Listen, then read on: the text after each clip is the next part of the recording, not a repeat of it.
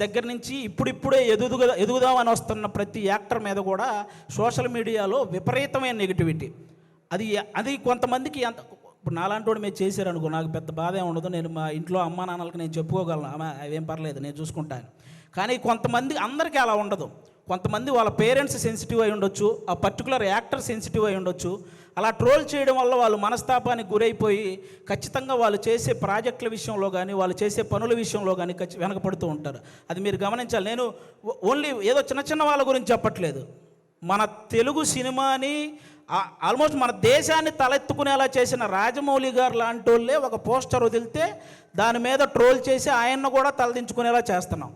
అరే, ఒక అనుకున్న ఈవెంట్లో అనుకున్న టైం ప్రకారం ఒక గ్లిమ్స్ ప్లే అవ్వలేదని ఎమోషనల్ అయ్యాడు. అంటే ఆయనకు ఆ సినిమా పట్ల ఉన్న హార్డ్ వర్క్ గురించి, ఆయనకు ఆ సినిమా పట్ల ఉన్న డెడికేషన్ గురించి మనం హ్యాట్స్ ఆఫ్ చెప్పాల్సింది పోయి, అందులో కూడా ఏవో కారణాలు వెతుక్కొని ఎలాగోలాగ ట్రోల్ చేయాలి.